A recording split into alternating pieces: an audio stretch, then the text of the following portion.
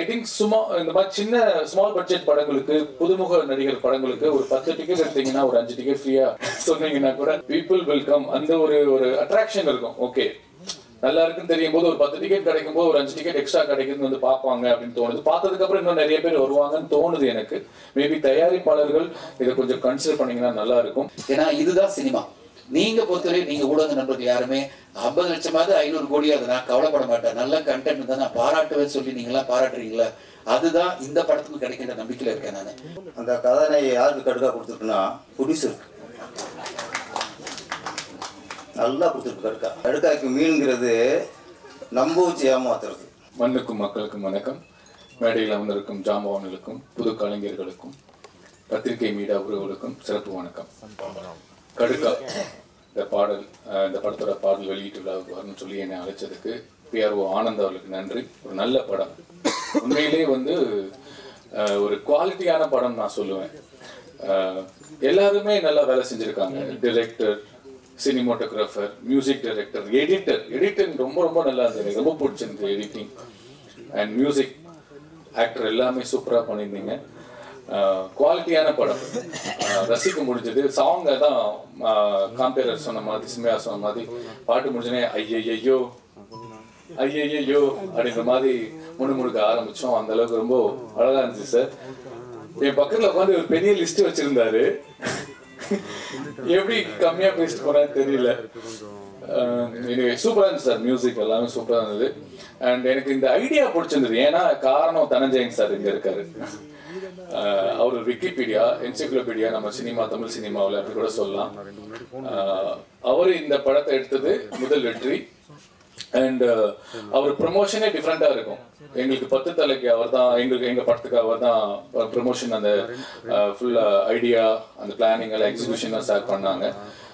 அந்த first song 20 minutes அந்த ஒரு கிராமிய சாங் மாதிரி ஒரு வில்லுப்பாட்டு மாதிரி போடுறீங்க, சூப்பரா இருந்துச்சு சார். ஸோ கண்டிப்பா இந்த படத்தில் ஒர்க் பண்ண எல்லாருக்கும் என்னுடைய மனமார்ந்த வாழ்த்துக்கள். இந்த படத்தை கண்டிப்பா எல்லாம் சப்போர்ட் பண்ணிப்பாங்க. ஒரு விஷயம் எனக்கு தோணுச்சு சார், தயாரிப்பாளருக்கு நான் சிங்கப்பூர்ல வேலை பார்க்கும்போது ஃப்ரைடே, சாட்டர்டே, சண்டே வந்து நாங்க படம் பார்க்க போனோம்னா 2 படம் டிக்கெட் எடுத்தோம்னா 3ஆவது படத்துக்கு ஃப்ரீ சார் டிக்கெட். அந்த மாதிரி ஒரு நாள் 2 டிக்கெட் எடுத்தா 1 டிக்கெட் ஃப்ரீ ஒரு ஆளுக்கு.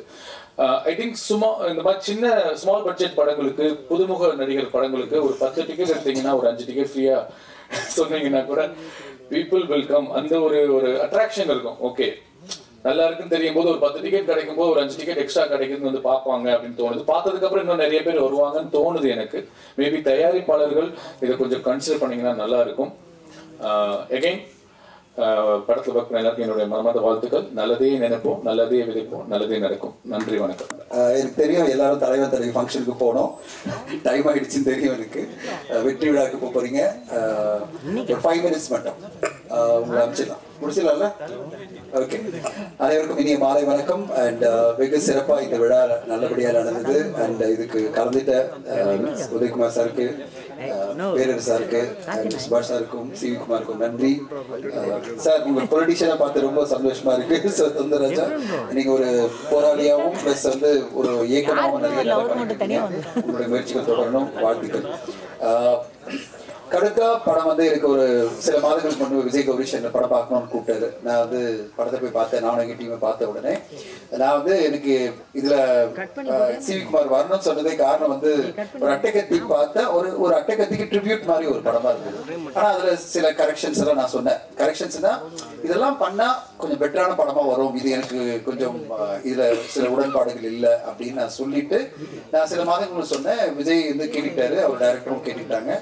சில டைம் நான் நிறைய படம் நான் வந்து ஆல்மோஸ்ட் ஒரு நாளைக்கு ஒரு படமாவது பார்த்துட்டு இருப்பேன். அன்ரிலீஸ்ட் படங்கள், நீங்க எப்படி பிரஸ்ல வந்து நீங்க படம் ரிலீஸ் ஆகும்போது பாக்குறீங்களோ, அன்ரிலீஸ் படங்கள நிறைய பேர் படம் பாருங்க சார், இதுல ஏதாவது பிசினஸ் பண்ண முடியுமா, ஏதாவது உங்க சஜஷன் ஏதாவது கொடுங்க அப்படின்னும் போது நான் எனக்கு ஆனஸ்டா என்ன தோணுதோ அதை பர்சனலா பப்ளிக்ல சொல்லக்கூடாது, பர்சனலா உட்காந்து நான் சொல்லிடுவேன். அதை சொல்லிட்டு தான் ஏதோ நல்லா இருக்கு சார் சொல்லிட்டு அங்கிருந்து போற ஆள் கிடையாது. நான் அங்க உட்கார்ந்துட்டு அவங்க கூட ஒரு 10 நிமிஷம் பேசி ரொம்ப பொறுமையா பேசிட்டு இருப்போம்.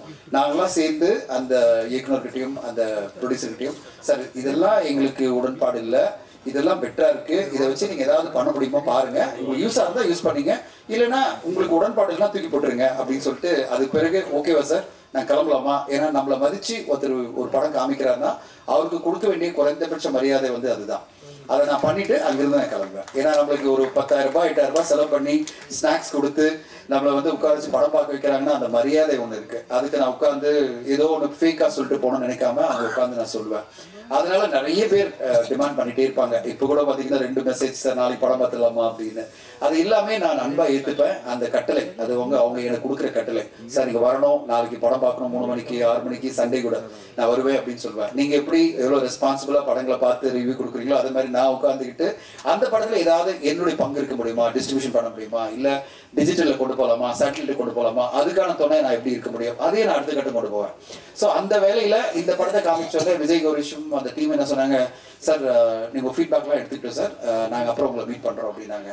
நான் மறந்துட்டேன். நம்ம அடுத்த கட்டம் அடுத்த படத்துக்கு போயிடுவோம், அடுத்த படம் போயிட்டே இருக்கு. திடீர்னு வந்து விஜய் வந்து கால் பண்ணாரு, சார் நீங்க சொன்ன கரெக்ஷன்ஸ் எல்லாம் பண்ணிட்டோம், திருப்பி வந்து பாருங்க அப்படின்னு. விஜய் அது நம்ம சொன்ன உடனே திருப்பி நம்மளை பார்க்க சொல்றாரு அப்படின்னு.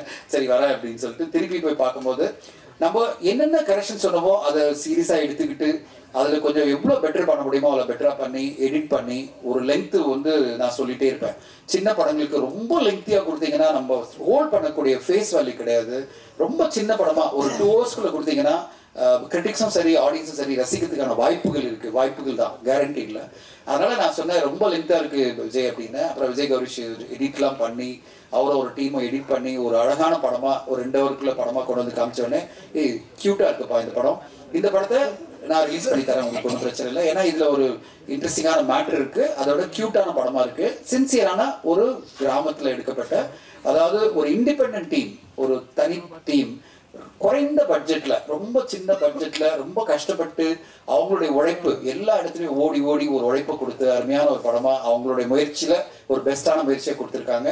அதுக்கு நம்ம கொடுக்குற ஒரு ரெஸ்பான்ஸ் என்னன்னா அந்த படத்தை எப்படியாவது ரிலீஸ் பண்ணி கொடுக்கலாம், அது மூலமா அந்த படத்துக்கு ஒரு பெரிய ரீச் கிடைக்கும், அது மூலமா அந்த படத்துக்கு ஒரு வெற்றி கிடைச்சா நல்லா இருக்குமே என்ற எண்ணத்துல தான் அந்த படத்தை நான் வந்து சரி நான் ரிலீஸ் பண்ணி தரேன் அப்படின்னு விஜய் கிட்ட சொன்னேன். அது பிறகு எனக்கு என்ன ஆச்சரியன்னா, நீங்க நம்ப மாட்டீங்க, விஜய் கௌரிஷ் கடந்த 15 நாளா கிட்டத்தட்ட ஒரு 10 சிட்டியில போயிட்டு அங்க வந்து இன்ஸ்டா ப்ரொமோஷன் பண்ணிட்டு இருக்காரு. இன்ஸ்டா ப்ரொமோஷன்னா அங்கங்க இருக்கிற இன்ஸ்டா இன்ஃப்ளூயன்சர்ஸ் கூட சேர்ந்துட்டு வீடியோஸ் பண்றது, சாங் பண்றது, அந்த வீடியோ ப்ரொமோஷன்லாம் ரெடி பண்றது, அங்கங்க ஊர்ல போய் இந்த படத்தை பத்தி ஒரு சோலவா ஒரு தனி மனிதரா படம் வரதுக்கு முன்னாடியே ஓடி எல்லா ஊருக்கும் போய் பண்ணிட்டு இருக்காரு. இதுல பேரரசர் சொன்ன மாதிரி தான் இவர் சுபாஷ் சொன்ன மாதிரி ஹீரோயின் ஏன் வரலன்னு வந்த உடனே கேட்டேன், அவங்களும் சேர்ந்து பண்ணா இன்னும் அந்த வீடியோக்கெல்லாம் இன்னும் பெரிய ரீச் ஆகுமேப்பா அப்படின்னு கேட்டேன். அவங்க வந்து வெப் சீரிஸ்ல பிஸி ஆயிட்டாங்க சார் அப்படின்னு சொன்னாரு. பட் இதுதான் தவிர்க்க முடியாத ஒரு சிச்சுவேஷன் நம்ம சினிமால. திடீர்னு பார்த்தா ஹீரோயின் காணாம போயிடுவாங்க, அப்புறம் டீமே காணாம போயிடும். அதை மீறி அதை படம் எடுத்தவங்களும் அதை நடிச்சவங்களும் கொண்டு போய் சேர்க்கணும். அந்த வகையில விஜய் கௌரிஷ் சின்சியரா ஒரு முயற்சி எடுத்துட்டு இருக்காரு. அவருக்கு ஆனந்த் ப்ரொடியூசர் துணையா இருக்காரு. அண்ட் இந்த படத்துடைய சாங்ஸ் வந்து கெவின் டிகோஸ்டா கண்டிப்பா மிகப்பெரிய ஒரு மியூசிக் டைரக்டரா வருவீங்க. ஐயோ ஐயோ சொல்லி சொல்லி எல்லாரும் வந்து ஐயோ பண்ண வச்சுட்டீங்க, உங்களுக்கு என்னோட வாழ்த்துக்கள். And the whole team, camera ஒர்க்காக இருந்தாலும் சரி, எடிட்டிங்காக இருந்தாலும் சரி, இப்போ மாடிஃபை பண்ண பிறகு ஒரு கியூட்டான ஒரு வில்லேஜ்ல எடுக்கப்பட்ட ஒரு சின்சியரான முயற்சியா நான் பாக்குறேன். இந்த முயற்சி உங்களுக்கு எல்லாம் பிடிக்கும் நான் நம்புறேன், ஊடக நண்பர்களுக்கு. ஏன்னா 2 வாரம் முன்னாடி நான் வந்து என் பேர்ல வரல, வேற ஒரு பேர்ல நாங்க கொண்டு வந்த படம் தான் வந்து நாளை நமது படத்தை நான் தான் கொண்டு வந்தேன். அப்புறம் வந்து திடீர்னு ஒரு தேவைப்பட்டது, நான் சொன்னேன் நீங்க வேற இதுல பிரசன்ட் பண்ணுங்க அப்படின்னு சொன்னேன். அந்த படத்தை வந்து குறைந்த பட்ஜெட்ல அந்த டீம் எடுத்த உடனே நான் படம் பார்த்துட்டு அந்த டைட்டிலே நான் மாத்தினேன். டைட்டில நான் தான் மாத்தி அதை நாளை நமதேன்னு ஒரு டைட்டில வாங்கி அந்த டைட்டில கொடுத்து இன்னைக்கு வந்து அந்த படம் வந்து எல்லாருமே நீங்க எல்லாம் அவ்வளவு அப்ரிஷியேட் பண்ணும்போது எனக்கு ரொம்ப பெருமையா இருந்தது. நான் வந்து ஒரு சின்ன படத்துக்கு நம்ம சப்போர்ட் பண்ண நினைச்சது இத்தனை ஊடக நண்பர்கள், நான் நினைச்சேன் இவ்வளவு சின்ன பட்ஜெட்ல எடுத்த படத்தை இந்த ஊடகங்கள் எப்படி மதிக்க போகுது. அதாவது நீங்களாம் 500 கோடி 300 கோடி 400 கோடி படங்களை பார்த்துட்டு இருக்க ஊடகங்கள் உங்களுக்கு ஒரு 50 லட்சத்துல எடுத்த படத்தை வந்து மதிப்பு கொடுப்பீங்களா அப்படின்னு ஒரு சின்ன டவுட் இருக்கும்ல. நீங்க எல்லாருமே, நான் உங்க எல்லாருக்கும் முன்னாடியே தலைவணங்குற உங்களுக்கு எல்லாருக்கும் நான் வாழ்த்து சொல்லணும், வரவேற்கணும். ஒரு 50 லட்சத்துல எடுக்கப்பட்ட அந்த நாளை மத படத்துக்கு நீங்க கொடுத்த அந்த ரிவ்யூஸும் அந்த அக்கறையான பாராட்டுகளும் அந்த டீமுக்கு நீ கொடுத்த ஆதரவு பார்க்கும்போது எனக்கு மனசு ரொம்ப சந்தோஷப்பட்டது. ஏன்னா இதுதான் சினிமா. நீங்க பொறுத்தவரை நீங்க ஊடக நண்பர்கள் யாருமே 50 லட்சமாவது 500 கோடியாவது நான் கவலைப்பட மாட்டேன், நல்ல கண்டென்ட் தான் நான் பாராட்டுவேன்னு சொல்லி நீங்க எல்லாம் பாராட்டுறீங்களா, அதுதான் இந்த படத்துக்கு கிடைக்கின்ற நம்பிக்கையில் இருக்கேன் நான். ஒரு நல்ல திரைப்படம் 50 லட்சம் எடுத்தாலும் சரி 70 லட்சம் எடுத்தாலும் சரி கவலையே கிடையாது. உங்களை பொறுத்தவரையும் ஒரு நல்ல படம்னா நீங்க பாராட்டுவீங்க. அதை நான் 4வது படத்தில் பார்த்தேன். அந்த படக்குழுலாம் என்கிட்ட கால் பண்ணி தேங்க் பண்ணிட்டே இருந்தாங்க.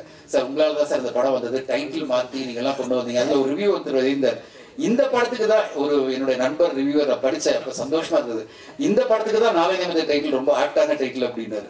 அதை பார்க்கும்போது சரி நம்ம சரியான முடிவு தான் அவருக்கு சரியான ரெக்கமெண்ட் பண்ணியிருக்கோம் எல்லாமே அப்படின்னு ஒரு சந்தோஷம் இல்லை.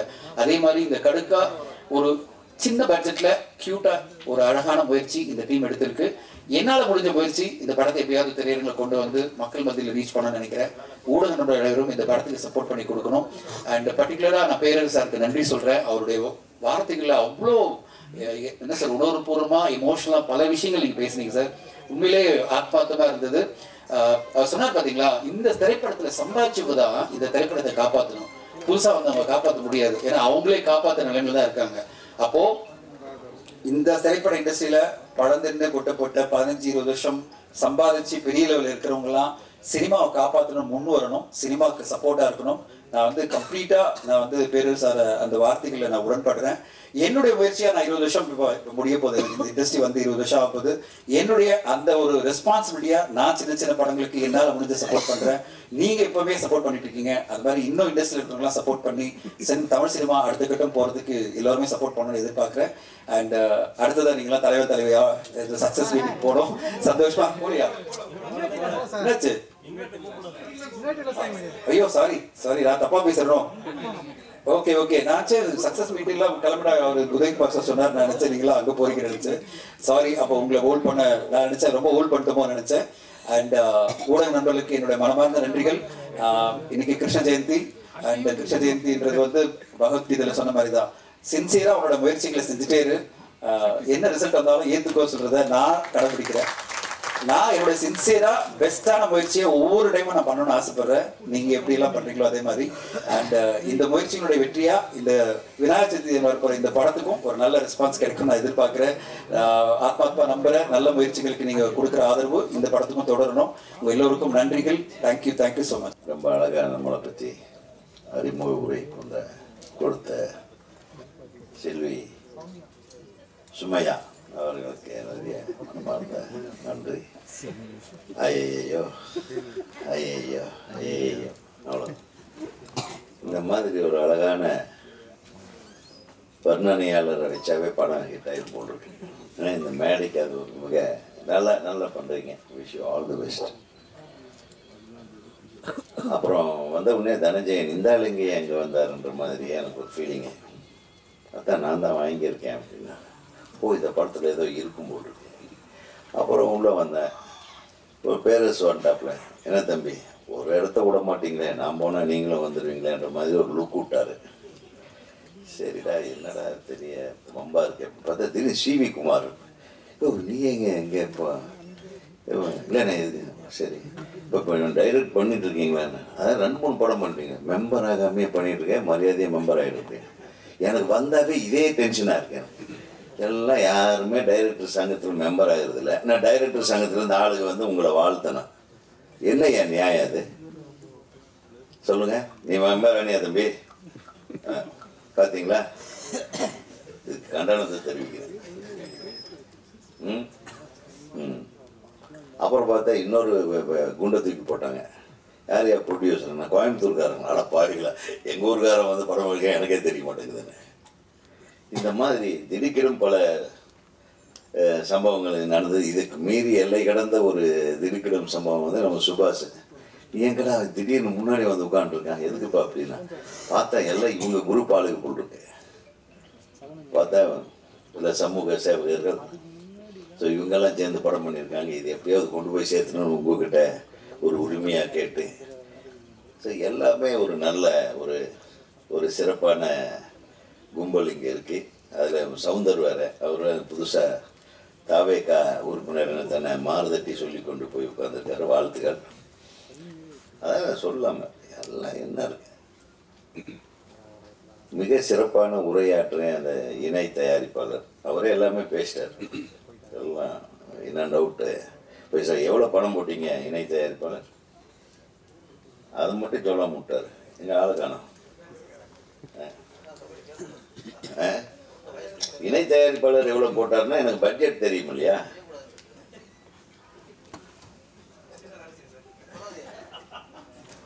அதை மட்டும் விட்டார் பார்த்தீங்களா? அதனால அவருக்கு ஒரு கைத்தட்டல் கொடுத்துருவோம். தயாரிப்பாளருக்கு அவர் பேர்லேயே ஆனந்தத்தை வச்சிருக்காரு. பேர்லேயே ஆனந்தத்தை வச்சிருக்கிற தயாரிப்பாளருக்கு இந்த படம் ஒரு நல்ல ஆனந்தமான ஒரு ரிசல்ட்டை உங்களுக்கு கொடுக்க வாழ்த்துக்கள். இப்போ தம்பி ஹீரோவை பற்றி சொல்கிறாங்க, ரொம்ப சந்தோஷமாக இருந்தது. நான் மேடைக்கு வரும்போது இதெல்லாம் எதிர்பார்க்கல. நீங்கள் செய்து வருகிற சிறப்பான சில விஷயங்கள், பொதுநல நோக்கோடு மக்கள் தொண்டாற்றி கொண்டிருக்கும் உங்களுக்கு இந்த படத்தின் மூலமாக கூட ஒரு முக்கியமான நல்ல விஷயத்தை நீங்கள் சொல்ல வந்திருக்கீங்கன்றது சுபாஷ் அவர்கள் சொல்ல கேள்விப்பட்டேன். எனக்கு அப்போவே தெரியும், மூஞ்சியில் ஆசிட் மாதிரி எடுத்து ஊற்றும் போதே தெரியும் பெண்களுக்கு பாதுகாப்பு. பண்ணுறது லவ், இதில் என்னடா பாதுகாப்பு? லவ் பண்ணுறவங்களுக்கு என்ன பாதுகாப்பு சொல்லுங்கள்? லவ் பண்ணுறதே கொஞ்சம் யோசனை பண்ணி பண்ணோம், அதுதான் பாதுகாப்பு. இவன் லவ் பண்ணலாமா, இவன் தேர்வானா, இல்லை இவன் நம்ம கடைசி வரையில் காப்பாற்றுவானா?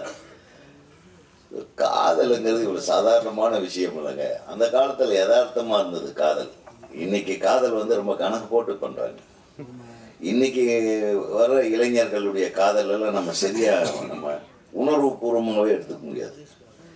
அங்கே போனால் எவ்வளவு தேரும், இந்த பொண்ணை கரெக்ட் பண்ணால் எவ்வளோ வரும், இந்த பையனை கரெக்ட் பண்ணால் எவ்வளோ கரெக்ட் கிடைக்கும், எப்படி லைஃப் லாங்காக நமக்கு ஒரு கார் பங்களாவோட வாழ்க்கை கிடைக்கும், இந்த மாதிரி தான் காதல் ஆயிடுச்சு. எல்லாமே கமர்ஷியல். இப்போ எப்படி படங்கள் எப்படி ரிலீஸ் ஆகி பெரிய படங்கள் எல்லாம் எவ்வளவு வருதுன்றதை பற்றில நீ என்ன சொல்கிறன்றதெல்லாம் முக்கியம் இல்லை. நீ என்ன சொல்கிறதுன்றது முக்கியமான விஷயங்களை எடுத்தாட்டா இந்த மாதிரி சிக்கலை மாட்டி உட்காந்து தனஞ்சயன் மாதிரி ஒரு ஆளை பிடிச்சி டக்குன்னு நம்ம லாக் பண்ணி இவர் தான் இந்த படத்துக்கு ஏற்ற விநியோகஸ்தர்னு முடிவு பண்ணி அப்புறம் நம்ம மாதிரி ஆளுக்கெல்லாம் இதை பற்றி பேசி ஒரு நல்ல விஷயத்தை வியாபாரம் பண்ணுறதுக்கு உண்மையுமே கஷ்டப்படுறோம். நல்ல படங்கள் கடந்த 15-20 நாட்களாக நாங்கள் சில படங்கள் எல்லாம் பார்த்தோம், திரையிட்டோம் இயக்குனர் சங்கத்துக்காக. கிட்டத்தட்ட ஒரு 4-5 திரைப்படங்கள் மிக சிறப்பாகவே இருந்தது, அழகாக எடுத்திருந்தாங்க பசங்க. ஆனால் எந்த படமே ஓடல. சினிமாவில் நம்ம சரி பண்ண வேண்டிய விஷயம் நிறைய இருக்கு. ரொம்ப கஷ்டமா இருந்தது. ஏன்னா ஒவ்வொரு படத்துக்கும் குறைஞ்சபட்சம் ஒரு 5 கோடி 6 கோடி எல்லாம் செலவு பண்ணியிருப்பாங்க. அந்த படத்தை எப்படி எடுக்க முடியும் அவங்களால? ஒரு அந்த விநியோகஸ்தர் தயாரிப்பாளர்கிட்ட கேட்டேன், எந்த தேட்டரில் சார் இன்னைக்கு இப்போ வரையிலும் எந்தெந்த தேட்டரில் ஓடுதுன்னு எனக்கு தெரியல சார். நீ தான் ஏன் படம் ப்ரொடியூசர்? ஆமாம் சார், அந்த ஒருத்தர்கிட்ட கொடுத்தேன், அவர் இன்னும் பேசிக்கிட்டு இருக்காரு. 2வது நாள் கேட்குறேன், இன்னும் மதுரையில் ரிலீஸ் ஆகலைன்னு சொல்கிறாங்க சார். ஒரு நல்ல படம், இந்த முதல் பக்கம்னு ஒரு படம் பார்த்தேன், மிகச்சிறப்பாக இருந்தது அந்த படம். அதே மாதிரி நம்ம உதயா நடித்த படம் அக்யூஸ்ட், எல்லாமே நல்ல படங்கள் தான். நம்ம எங்கேயோ கோட்டை விட்டுட்டு இருக்கிறோம். அது எங்கே கோட்டை விடுறோம், அது எங்கே சரிப்படுத்தணும். அப்போ ஒரு ஷோ கொடுக்குறது, ஏதோ ஒரு டைமிங்கில் ஒரு ஷோ கொடுக்குறது. இந்த ஒரு ஷோ கொடுக்குற இந்த தேட்டர்களுக்கெல்லாம் நான் வன்மையாக கண்டிக்கிறேன். நீ கொடுத்தா 4 ஷோ கொடு. ஒரு தேட்டரில் கொடுத்தாலும் 4 ஷோ கொடு. ஒரு காம்ப்ளெக்ஸில் ஏதோ ஒரு தேட்டரில் ஏதோ ஒரு ஷோ, முதல் நாள் ஒரு ஷோ 2:30 ஷோ இருக்கு, அதுக்கப்புறம் அது சரியில்லைன்ட்டு 5:30 ஷோ மாற்ற, இல்லைன்னா 11:30 ஷோன்னு மாற்றுறது. எங்கே பணம் ஓடுதுன்னே தெரிய மாட்டேங்குது. திரு தனஞ்சயன் அவர்கள் இருக்கும்போது நான் ஏன் சொல்கிறேன்னா, நடப்பு தயாரிப்பாளர் சங்கம் இதை கொஞ்சம் கையில் எடுத்து எல்லா திரைப்படங்களையும் வரைமுறைப்படுத்தி வெளியிட வேண்டும். இப்போது நம்ம காலத்தில் நம்ம படம் ரிலீஸ் பண்ணால் ஒரு ரஜினி சார் படம், ஒரு கமல் சார் படம்னு ஒரு 80 தேட்டர், மேக்ஸிமம் 100 தேட்டர் ரிலீஸ் பண்ணும், அவ்வளோதான். அந்த 100 தேட்டர் ரிலீஸ் பண்ணும்போது மீதி 2500 தேட்டர் இருக்கும். மீதி இன்னொரு 16 படங்கள் ஒரு 80 தேட்டரில், ஒரு 60 தேட்டரில், ஒரு 30 தேட்டரில். நானே கார்த்திக் படம் ரிலீஸ் பண்ணும்போது தமிழ்நாடு ஃபுல்லாக பொண்ணுமணி 30 தேட்டரில் 35 தேட்டரில் ரிலீஸ் பண்ணோம். 2வது வாரம் அந்த 40 தேட்டர் ஆகிடும். ஆக எத்தனை படம் ரிலீஸ் பண்ணாலும் அத்தனை படத்துக்கும் தியேட்டர்கள் இருந்தது. இன்னைக்கும் தியேட்டர்கள் இருக்கு. ஒரே படத்தை எல்லா தியேட்டர்லையும் போட்டு காசு பண்ணி 4 நாள்ல காசு பண்ணணுன்றதுக்காக உயிரை பணையம் வைத்து இருக்கிற சொத்தெல்லாம் அடமானம் வச்சு இந்த கலை உலகத்தில் ஏதாச்சும் சாதிக்கணுன்ற ஆசையோட வந்து படம் எடுக்கிற ஒரு 15 தயாரிப்பாளர்கள் அவருடைய வாழ்க்கையை நாசம் பண்றது எந்த விதத்துல நியாயம்? உங்க தயாரிப்பாளர் சங்கத்துல உங்களுக்கு அவங்களும் மெம்பர்கள் தான். அவங்களுக்காக நம்ம ஏன் சேர்ந்து போராடக்கூடாது? இதை யார் நிர்ணயம் செய்வது? இந்த தியேட்டர் ஒழுங்குபடுத்தி இந்த தியேட்டர்கள்ல சிறிய படங்களை வாழ வைக்கக்கூடிய அளவுக்கு, நீங்க படம் நல்லா இல்லைன்னா தூக்கியிருக்கணும், அது ஒன்றும் பிரச்சனையே இல்லை. ஒரு படம் நல்லா இருக்கா இல்லையான்னு முடிவு பண்றதுக்கு பெரிய படங்களுக்கே 3 நாள் ஆகுது, 4 நாள் ஆகுது. இந்த படம் நல்லா இருக்கா நல்லா இல்லையா அப்படின்னா மண்டே தான் ரிசல்ட் தெரியும். மண்டே என்ன கலெக்ஷனோ அதை வச்சு தான் தெரியும். ஸோ அதுக்கே 4 நாள் ஆகுதுன்னா பெரிய நடிகர்களோட படத்துக்கே ஒரு சின்ன படம் அட்லீஸ்ட் மினிமம் ஒரு 5 நாளாவது அந்த தியேட்டர்ல இருந்தால் தானே அதை வந்து பார்த்துட்டு அது நல்லா இருக்கு நல்லா இல்லைன்னு ஒரு முடிவெடுக்கக்கூடிய ஒரு நிலை நமக்கு ஏற்படும். குறைந்தபட்சம் சிறிய திரைப்படம் ஒரு வாரத்துக்கு எந்த தியேட்டர்ல போட்டாலும் 4 காட்சிகள் போட வேண்டும் என்ற ஒரு சட்டபூர்வமான ஒரு விஷயத்தை நீங்க கொண்டு வந்தாதான் அதுக்கப்புறம் அந்த படம் ஓடல, அது விருப்பம், மக்களுடைய விருப்பத்துக்கு ஏற்பதான் அது வந்து ரிசல்ட் இருக்கும். முதல்ல இதை பண்ணுங்க. திரைப்படங்களுடைய வெளியீட்டை ஒழுங்குபடுத்தலைன்னா சிறிய திரைப்படங்கள் எல்லாம் வந்து மிகச்சிறப்பாக இருந்ததுங்க, படம் தியேட்டரே கிடைக்கலைங்க. அப்படி ஜனநாயகன் சார் ரொம்ப சிரமப்பட்டு ரிலீஸ் பண்ணாருங்க, அதனால இந்த படம் தப்பிச்சதுங்க. இப்படியெல்லாம் சொல்லவே கூடாது. 16 படம் ரிலீஸ் ஆனாலும் நல்ல திரைப்படங்கள் ஓட வேண்டும். அந்த நிலைமை இன்னைக்கு இருக்கு. ஆனா யாரோ அதை தடுத்து கொண்டிருக்கிறார்கள். அதை எதிர்த்து நீங்கள் குரல் கொடுக்க வேண்டும் என்றுதான் நான் கேட்டுக்கொள்கிறேன். யார் தடுக்கிறாங்கன்றது தெரியாது. ஒரு சாரார் மட்டும் சினிமாவுக்கு சொந்தம் அப்படின்ட்டு ஒரு சினிமாவை ஒட்டுமொத்தமா ஆட்டையை போட நினைக்கிறது தப்பு. இதை எதிர்த்து நீங்க எல்லாம் என்னைக்கு குரல் கொடுக்குறீங்களோ அன்னைக்கு தான் சின்ன படம் ஓடக்கூடிய படங்கள் தான் பெரிய படங்கள். ஓடாத படங்கள் எவ்வளவு 100 கோடி பட்ஜெட்ல 500 கோடி பட்ஜெட்ல தான் ஓடலைன்னா அந்த படம் சின்ன படம். ஓடுச்சுன்னா இந்த கடுக்கா பெரிய படம். ஸோ இந்த ஐயோ சாங்கு மனசை வந்து ரொம்ப டச் பண்ணிடுச்சு. இசையமைப்பாளர் நல்லா பண்ணியிருந்தீங்க தம்பி. இந்த 2 பாட்டு 3 பாட்டுமே இது ஒரே பாட்டு 2 தடவை வருது இல்லையா? இந்த ஐயோ பாட்டு ரொம்ப நல்லா தான் இருந்தது. அந்த எழுதுனது ரொம்ப நல்லா தான் இருந்தது. அந்த வரி சொன்னீங்களா, அந்த வரி மட்டும்தான் என் மைண்டில் ஓடிட்டு இருந்தது. என்னது செதுக்குன சிலை ஒன்று எதுக்கால வந்தால் நமக்கு வலிக்குமா நமக்கு கதவை தட்டுறது பக்கத்து பூந்து விளாசிட்டான். நல்லா எழுதியிருக்கீங்க. 2வது வில்லேஜ் படங்கள் மட்டும்தான் ஒரு இயக்குனருடைய திறமையை, ஒரு நடிகனுடைய திறமையை, ஒரு கதையாளத்தின் திறமையை, ஒரு இசையின் திறமையை வெளிப்படுத்தக்கூடிய ஒரே பிளாட்ஃபார்ம் வில்லேஜ் படங்கள் தான். வில்லேஜ் படத்தின் மூலமாக தான் ஒரு இளையராஜா உருவானார். வில்லேஜ் படத்தின் மூலமாக தான் ஒரு பாரதி ராஜா உருவானார். வில்லேஜ் படத்தின் மூலமாக தான் நிறைய இயக்குனர் பாக்கியராஜிலிருந்து எடுத்து பார்த்தீங்க. ஸோ இந்த கிராமியத்தில் அது கிராமிய படங்கள் மூலமாக வந்து ஒரு பெரிய வெற்றியை நம்ம அடைய முடியுதுன்னா, இந்த கிராமத்தில் நம்ம ரொம்ப அலங்காரம் பண்ண விஷயங்கள் இருக்காது, யதார்த்தம் இருக்கும். கூடுமான வரையிலும் வில்லேஜுக்காரங்க பேசுறதுல உண்மை இருக்கு. தப்பு செய்யறவங்க கூட நல்லா இருப்பான், வில்லன் கூட அழகா இருப்பான், வில்லன் கூட நல்ல பேரோட இருப்பான். அதுதான் வில்லேஜ். அது ஒரு தனி, அது ஒரு இலக்கிய மேடை மாதிரி. ஒரு வில்லேஜ் படம் எடுக்கிறதுன்றது ஒரு இலக்கியம் படைக்கிற மாதிரி. அதனால நிச்சயமா அல்வான்னு சொன்னாங்க பாப்பா, கடுக்கான்னா அல்வா கொடுத்துடாம கடுக்கா கொடுத்துடாம ஒரு நல்ல அறுசுவை பண்டமா இந்த படத்தினுடைய ரிசல்ட் இருக்கணும். நிச்சயமாக இந்த படத்தின் வெற்றிக்காக உழைத்த அனைத்து நல்லுள்ளங்களுக்கும் டைரக்டர்லேருந்து டைரக்டரை உன்னுடைய மேக்கிங் நல்லா இருக்குது. ஏன்னா 2-3 ஷாட் பார்த்த உடனே தெரிஞ்சிருச்சு. அதனால தான் நாங்கள் உட்காந்து எங்கே டைரக்டர்னு கேட்டேன். டைரக்டர் எங்கேயோ மேடை கூப்பிடுங்க முதல்லன்னு சொன்னேன். ஸோ எப்பவுமே ஒரு விஷயம் வச்சுக்கோங்க.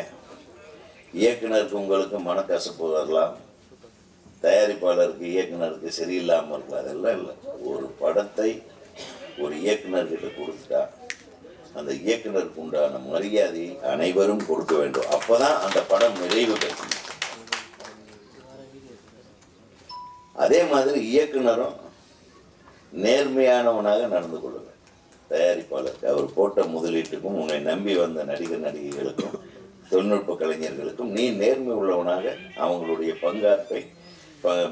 பங்காற்றுதலை அழகாக பயன்படுத்தும் நேர்மை உங்களிடம் இருக்கும். இந்த 2 இருந்தால் போதும், ஜெயிச்சிடலாம்.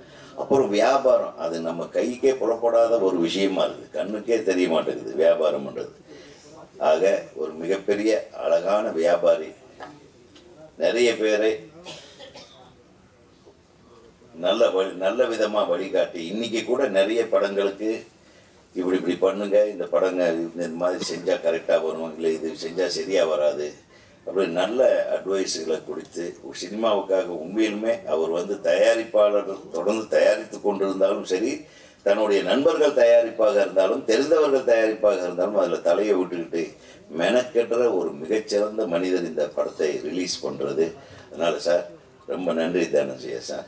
உங்களுடைய அதாவது நீங்கள் பெரிய ரிஸ்க் எடுக்கிறீங்க, இருந்தாலும் நீங்கள் இதில் ரிஸ்க் எடுக்கிறீங்கன்னா யாரோ சொன்ன மாதிரி இதில் ஏதோ ஒரு மேட்டர் இருக்குன்னு அர்த்தம். ஸோ அந்த மேட்டருக்காக இந்த படம் வெற்றி பெறட்டும். அந்த பொண்ணு விஷயம் சொன்னீங்க, அதை ஏதோ தெளிச்சாங்க இல்லையா, முகம் ஏதோ வெந்து போச்சே நமக்கு இல்லை, அதனால அந்த முகத்தை காட்டக்கூடாதுன்ட்டு வரலையோ. இதை படத்தில் தான் அப்படி, படத்தில் தான் நான் ஏதோ அது உண்மையாகவே ஊற்றிட்டாங்களேன்னுவோ, அதனால தான் இப்போ அந்த பொண்ணு வரலையேன்னு நினச்சேன். அந்த இடம் கொஞ்சம் எனக்கு பயமாக இருந்தது. அதான் சொன்னேன், ஒரு பெண்ணியத்தை காக்கக்கூடிய ஒரு விஷயங்கள்னா இப்போ பெண்களிடமிருந்து ஆண்கள் கூட இப்போ காப்பாற்றிக்க வேண்டிய ஒரு சூழ்நிலை இப்போ நிலவை தற்போது. இப்போ நிறைய விஷயங்கள் பார்த்தீங்கன்னாக்கண்ணே, என்ன இப்போ சுபாஷ் ஆமாம் மேடம் வந்திருக்காங்கன்னு சொன்னீங்க, அவங்களுக்கும் இது கேட்குட்டு இருக்காங்க. எத்தனை ஆண் மக்கள் பயந்துட்டு இருக்காங்க தெரியுமா? ஒரு ஃபோட்டோ எடுத்து வச்சுட்டு டார்ச்சர் பண்ணுறாங்க. இப்போது முதல்ல எல்லாம் இயக்குநர்கள் நாங்கள் எல்லாம் ஆஃபீஸ் வச்சுருப்போம், டக்குன்னு வாய்ப்பு கேட்டு ஆண்கள் பெண்கள்லாம் வருவாங்க. வரும்போது சார் ஒரு ஃபோட்டோ சார் அப்படின்னு அப்படி கொஞ்சம் ஒரு நெருக்கமாக இருந்தேன். எங்களுக்கு தெரியாது இல்லையா, நம்ம நின்றுருப்போம், பின்னாடி வேற நெருக்கமாக இருக்க மாதிரி எடுத்துகிட்டு போயிட்டு அந்த ஃபோட்டோவை கட்டு மாட்டுறாங்கன்னு என்ன பண்ணுறது? நாங்கள்லாம் யாருக்கிட்ட போய் எழுது? ஸோ உங்கள் மாதிரி எங்கள் மாதிரி இளைஞர்களை நீங்கள் காப்பாற்ற முன்வர வேண்டும். பெண்ணியத்தை காப்பது போலவே இளம் இயக்குநர்கள் பாவம் தெரியாமல் பாவம் எவ்வளோ கஷ்டத்தில் இருக்கிறாங்க தெரியுமா? நிறைய பசங்க மாட்டுனுக்குறாங்க. ஆண்கள் பாதுகாப்பும் உள்ளே நான் உண்மையாக சொல்கிறேன் சார். ஒரு ஆம்பளை மேலே குற்றம் சுமத்திட்டா உடனே போலீஸ்காரன் போய் அரெஸ்ட் பண்ணிடுறான், அவன் குற்றவாளியா இல்லையான்னு தெரியாது. அதே ஒரு பொண்ணு இந்த மாதிரி பண்ணிட்டு சார் என்னன்னு சொன்னால் உடனே போவாங்களா சார்? அது என்ன சார் சட்டம்? ஆம்பளைக்கு ஒரு சட்டம், பொம்பளைக்கு ஒரு சட்டம். அதனால் ஆண்களும் பாதுகாப்பாக இருப்பதற்கு உண்டான அரணை அமைத்து தருமாறு பத்திரிகையாளர் சங்க தலைவர் திரு சுபாஷ் அவர்களை வேண்டி கேட்டுக்கொண்டு இந்த திரைப்படம் மிகப்பெரிய வெற்றி படமாக அமைய வேண்டும் என்று எல்லாம் உள்ள இறைவனை வேண்டி தமிழ்நாடு திரைப்பட இயக்குநர்கள் சங்கத்தின் சார்பாக இயக்குனர், ஒளிப்பதிவாளர், இசையமைப்பாளர், எடிட்டர், கலை இயக்குனர், நடிகர் நடிகைகள், ஹீரோ ஹீரோயின், துணை இணை இயக்குனர்கள், இசையமைப்பாளர், அப்புறம் யாராச்சும் விட்டுருந்த இணை தயாரிப்பாளர் அனைவருக்கும் எனது மனமார்ந்த வாழ்த்துக்களை தெரிவித்து விடைபெறுகிறேன். நன்றி, வணக்கம். அனைவருக்கும் வணக்கம். அனைவருக்கும் கிருஷ்ண ஜெயந்தி வாழ்த்துக்கள். கிருஷ்ண ஜெயந்திக்கு ஆடியோ ரிலீஸு, விநாசத்துக்கு படம் ரிலீஸ் கரெக்டாக ரூட் தான் போய்கிட்டு நினைக்கிறேன். இந்த படத்தை பற்றி அவனா சொல்லணும் அவசியம் இல்லை, ஏன்னா அந்த படத்தை ரிலீஸ் பண்ண போகிறது தனஞ்சிங் சார். அவர் ஒரு படத்தை நல்லா இருக்குன்னு சொன்னாலே பெரிய விஷயம். ஆனால் அந்த படத்தை பார்த்து அவரே வாங்கி ரிலீஸ் பண்ணுறாருன்னா சொல்ல தேவையில்ல, படம் நல்லா வந்திருக்குங்கிற நம்பிக்கை கண்டிப்பாக நல்லா வந்திருக்கும். ஏன்னா தஞ்சை சார் வந்து பெரிய அனலிஸ்ட். அவர் ஒரு படத்தை பார்த்தோம், பரவாயில்ல நல்லா இருக்கு ஓகே அப்படின்னு சொல்லிட்டு போக மாட்டார். நிறை குறையில அனலைஸ் பண்ணுவார். இல்லை என்ன குறை, என்ன நிறை, என்ன பண்ணியிருக்கலாம். அந்த வரைக்கும் அவர் ஒரு டிக்ஷனரி மாதிரி அவர் இந்த படத்தை வாங்கி யூஸ் பண்ணுறாங்க போதே இந்த படம் கண்டிப்பாக வெற்றி அடையும்.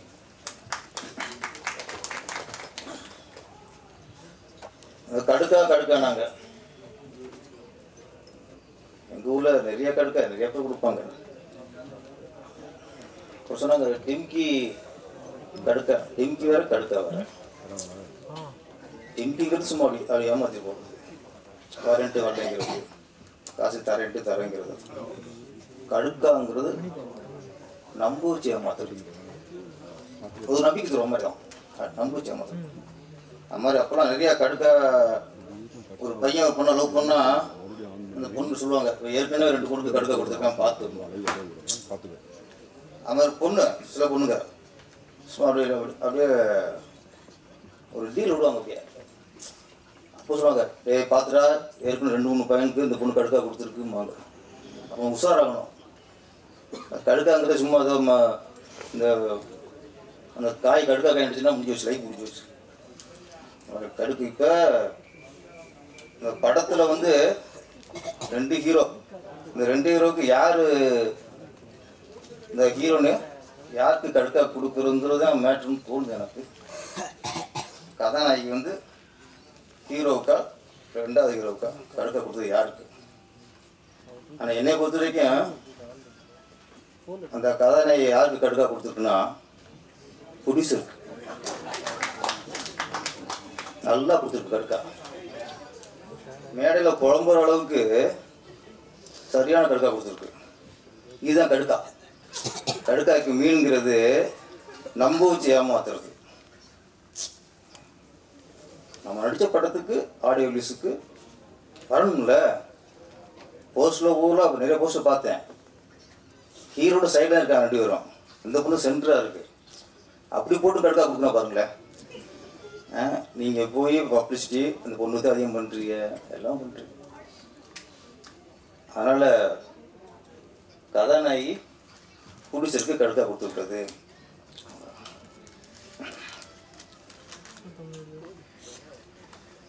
சாங் 2 சாங்குமே ரொம்ப நாளைக்கு அப்புறம் கிராமத்து சூழலில் போடுற சாங் எப்பவுமே ஹிட் ஆயிடும்.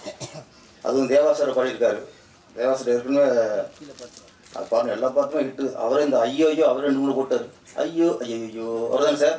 ஆமாம், ஐயோ அதுவும் ஹிட்டு. இங்கேயும் ஐயோன்னு சொல்றீங்க. ஐயோனாலே ஹை லெவலில் போய் நினைக்கிறேன். நம்ம லிரிக்ஸு பாடல் எல்லாரும் அது மட்டும் இல்லை, நிறைய இடத்துல வரிகள் ரொம்ப கஷ்டப்பு. வரிகள் புரிகிற அளவுக்கு மியூசிக் போட்டிருந்தார். அவருக்கு மியூசிக்கு நன்றி. ஆனால் வரிகளும் புரியுறது இல்லை. அதனால் 2 பாட்டும் நல்ல வரிகள் நல்லா இருந்தது.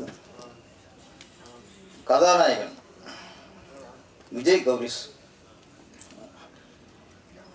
பெரிய நம்பிக்கையோட, பெரிய முயற்சியோட, ஒரு லட்சியத்தோட இந்த படத்தில் இறங்கியிருக்கிறாரு.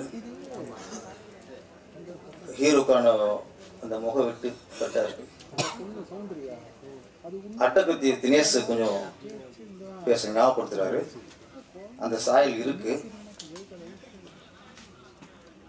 அந்த சாயல் இருக்கும்போது திரும்ப நம்ம அவரை ஞாபகப்படுத்துற மாதிரி நம்மளோட ஆக்டிங் இருக்கக்கூடாது.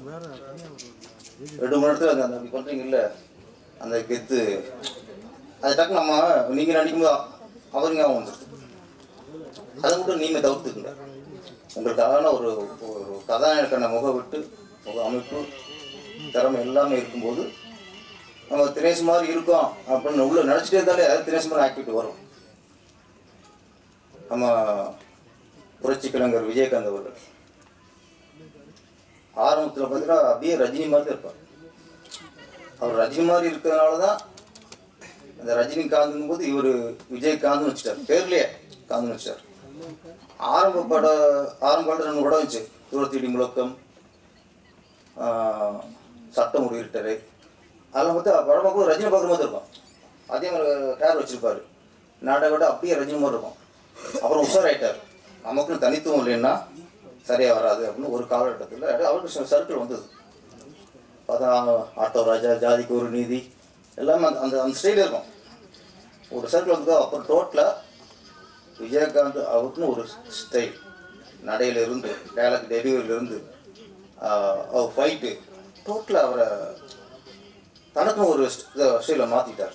அதுக்கப்புறம் கேப்டன் பிரபாகரன்லாம் வந்ததுக்கப்புறம் அவர் ரஜினி பக்கத்தில் வந்துட்டார். ரஜினி கமல் அப்படி இருக்கும்போது அடுத்து விஜயகாந்த்ங்கிற ஸ்டேஜுக்கு வந்துட்டார்.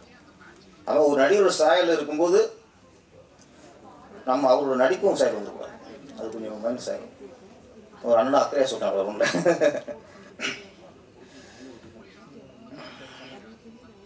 தனஞ்சன் சார் கட்டான் படத்தை எடுத்துருக்கீங்க. ஏன்னா படம் பார்க்கும்போது சில டேரக்ட்லாம் பார்க்கும்போது கண்டிப்பாக இது கதையை நம்பி எடுத்த படம், அது நல்லா தெரியுது நமக்கு. இன்னொன்று என்னை தேவை சொன்னார், ஏன்னா இப்போலாம் ஒரு நடிகராக அவங்களே ப்ரொடியூஸ் பண்ணி இறங்கும்போது சோலோ ஹீரோ தான் விரும்புவாங்க. இன்னொரு செகண்ட் ஹீரோ இருக்கனால விரும்ப மாட்டாங்க. ஏன்னா நம்மளை நிலைநிறுத்திக்கணும் அப்படின்னு ஒரு இது இருக்கும். ஆனால் அதெல்லாம் இல்லாமல் கதைக்கு இன்னொரு ஹீரோ தேவையா, இன்னொரு ஹீரோ போடு. கதைக்கு 4 ஹீரோ தேவையா, 4 ஹீரோ போடு. ஏன்னா கதைக்கு என்ன தேவையோ அதை எடுத்துக்கணும். அதை எடுத்துகிட்டு பண்ணுறவங்க தான் சிறந்த டைரக்டர். ஹீரோக்களுக்கு என்ன தேவையோ அதெல்லாம் ஒன்றா வச்சுக்கிட்டுங்கிறது டைரக்டர். அப்போ நம்ம இயக்குனர் செல்வராசு அதுதானே சாரி குழப்பம் வச்சு முருகதாஸ் மாதிரி வருதா, முருகராசு. ஆமாம், முருகராசு நல்லா ஒரு நேட்டிவிட்டியாக லொக்கேஷன் சரி. அதுமாதிரி ஹீரோனை பார்க்கும்போது ஒரு யதார்த்த முகமாக இருக்கும். எங்கேயுமே ஒரு ஆர்டிஃபிஷியலாக ஒரு மேக்கப்லாம் அதையும் போடாமல் ரொம்ப ஃபேஸ் யதார்த்தமாக. நடிப்பும் சரி லைவாக வாங்கியிருக்கீங்க. கடுக்கா ஏமாத்தாது, கைக்கு தான் கடுக்காது தவிர கண்டிப்பாக ஆர்டிஸ்ட் ஏமாத்தாதுன்னு நம்பிக்கை வந்துடுச்சு. நிறையா சொன்னாங்க. இப்போ இந்த தேட்டர் பிரச்சனை, அது பிரச்சனை நம்ம பேசிட்டே தான் சார் இருக்கோம். இது எங்கே எப்போ போய் முடிவுக்கு வரும்னு தெரில, யார் பக்கம் தப்புன்னு தெரில. சினிமாவில் இருக்கிறவங்களே சினிமாவுக்கு ஆபத்தாக இருக்காங்க. இன்னொன்று வெளிப்படையாக சொன்னோம்னா, சினிமா நல்லா இருக்கணும்னு நினைக்கணும், நாம மட்டும் நல்லா நினைக்கக்கூடாது. அதான் சார் இங்கே மேக்ஸிமம் எல்லாரும் மேக்ஸிமம் தயாரிப்பாளராக இருக்கட்டும், ஹீரோக்களாக இருக்கட்டும், இயக்குநர்களாக இருக்கட்டும், எல்லாருமே சுயநலம் பெரிய போச்சு. அதனால இந்த பிரச்சனை வந்துட்டே இருக்கு.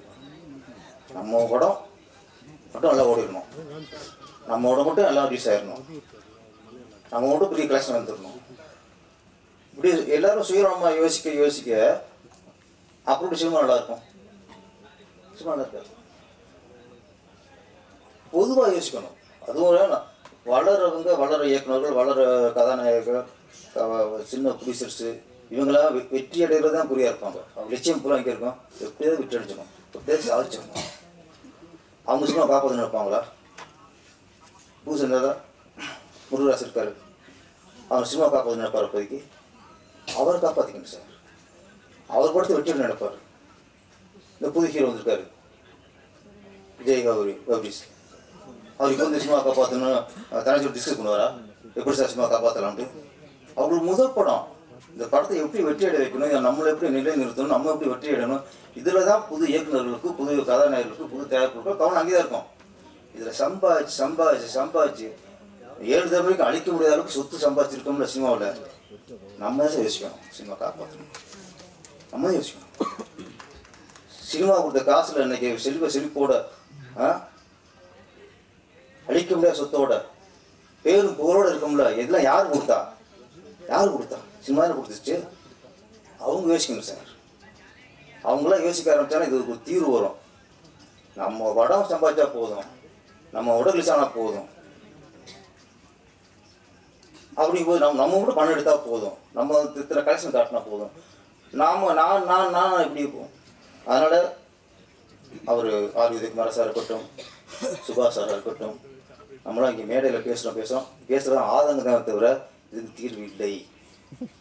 இதுக்கு தீர்வுங்கிறது சினிமாவில் சம்பாதிச்சு சினிமா புகழோட இன்னைக்கு அப்படி சிம்மாசனத்தை உட்காந்துட்டாங்களே இவங்க எல்லாம். நான் சொல்கிறேன், டைரக்டர், தயாரிப்பாளர், நடிகர் எல்லாம் சொல்கிறேன்.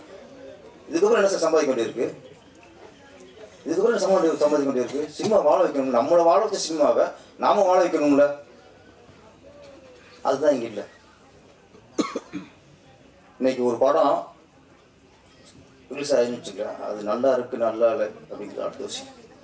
ஒரு படம் விமர்சனத்துக்கு உள்ளானதான், யார் நடித்த படமாக இருக்கட்டும். ஒரு படம் வெளியே வந்துட்டாலே அது விமர்சனத்துக்கு உள்ளான படம் தான். ஆனால் அந்த படத்தை பற்றி விமர்சனம் இருக்குன்னு தவிர இன்னைக்கு அப்படி இல்லை. இந்த படம் ஓடக்கூடாது, இந்த படத்தை ஒழிச்சிடணும், இந்த படத்தில் மக்கள் போய் பார்த்துடக்கூடாது, இந்த வன்மத்தை கற்று தான் நீங்கள் நிறைய விமர்சனங்கள் இன்னைக்கு நிறைய. ஒரு படத்தை விமர்சனம் பார்க்கும்போது நல்லா ஃபேஸ்புக்கில் பார்த்தா ஒரு பத்திரிகையாளர்கள் விமர்சனம் பண்ணுவாங்க, சில மீடியாக்கள், ஒரு தரமான மீடியாக்கள் அவங்க விமர்சனம் பண்ணுவாங்க. அப்போ அதை பார்ப்போம். அப்போ அவங்க சரியாக நிறைய குறைகள் எடுத்து சொல்லுவாங்க, பத்திரிகையாளர்களும் சரி மீடியாக்களும் சரி.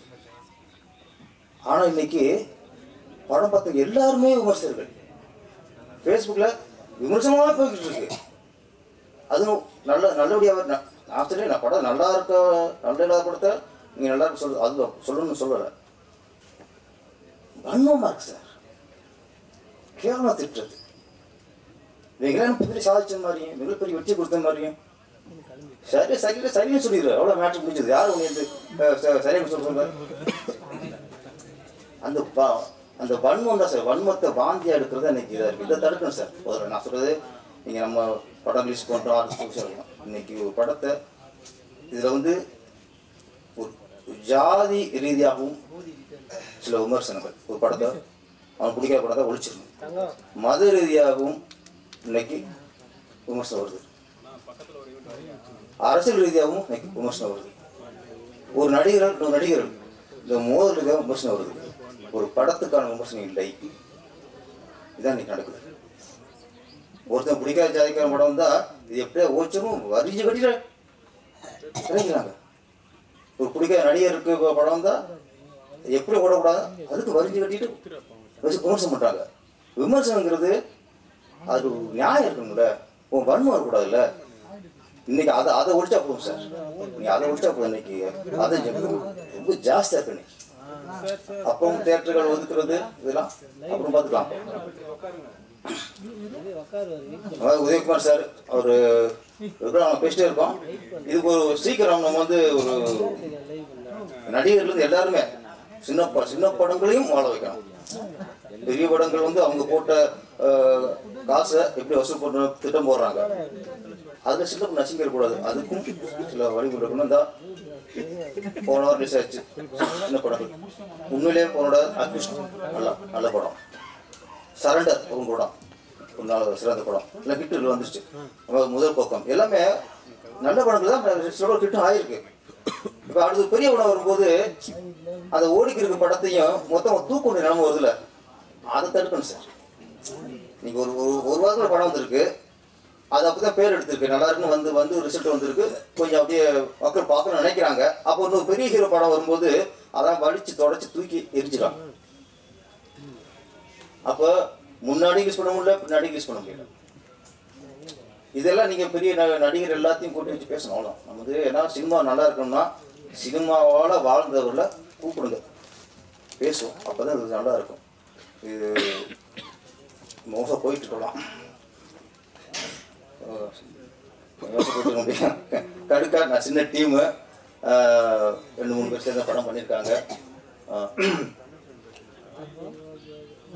காலஞ்சி சார் கண்டிப்பாக இந்த படத்தை கரெக்டாக ரிலீஸ் பண்ணி சரியான வெற்றி அவங்களுக்கு வாங்கி கொடுத்துருவாரு. அதனால் அடுத்து இந்த படம் ரிலீஸ் ஆனதுக்கப்புறம் விஜய் கௌரிஷ் வெற்றி படம் நாயனா உருவாகிற நம்பிக்கை இருக்குது. இந்த படம் வெற்றிக்கு அப்புறம் நிச்சயம் இந்த ப்ரொடியூசர்லாம் திரும்ப அடுத்த படம் ஆரம்பித்து தொடர்ந்து வெற்றி படங்களாக கொடுங்க, நல்ல படங்களாக கொடுங்க. கதை தான் முக்கியம். மக்களும் புரிஞ்சுக்கிற வரைக்கும் இன்னைக்கு வந்து பட்ஜெட் பெருசாக அதெல்லாம் இல்லை, கதை நல்லா இருந்தால் வருவாங்க. 2-3 வருஷமாக நல்ல கதை சொல்லப்படலாம் ஓடி இருக்கு. மக்கள் மேலே குறையுமே இல்லை சார், நான் குறை சொல்கிறேன். மக்களும் குறையில லவர் ஓடிச்சு, குடும்பஸ்தனும் ஓடிச்சு, எத்தனை சின்ன படங்கள்லாம் ஓடி, இந்த ஆர்டிஸ்ட் ஓடி இருக்கு, எல்லாம் நல்லா ஓடி இருக்கு. சின்ன படம் நல்லா இருந்துச்சுன்னா ஒரு படமாக இருந்தால் ஓடுது சார். படங்கிற பேரில் நம்மளை போட்டு குத்தி குதறினாங்கன்னா ஆடியன்ஸ் ரிஜெக்ட் பண்ணிடலாம். கண்டிப்பாக கடுக்கா நல்ல படமாக இருக்கும், வெற்றி படமாக இருக்கும். எல்லாருக்கும் வாழ்த்துக்கள். நன்றி, வணக்கம்.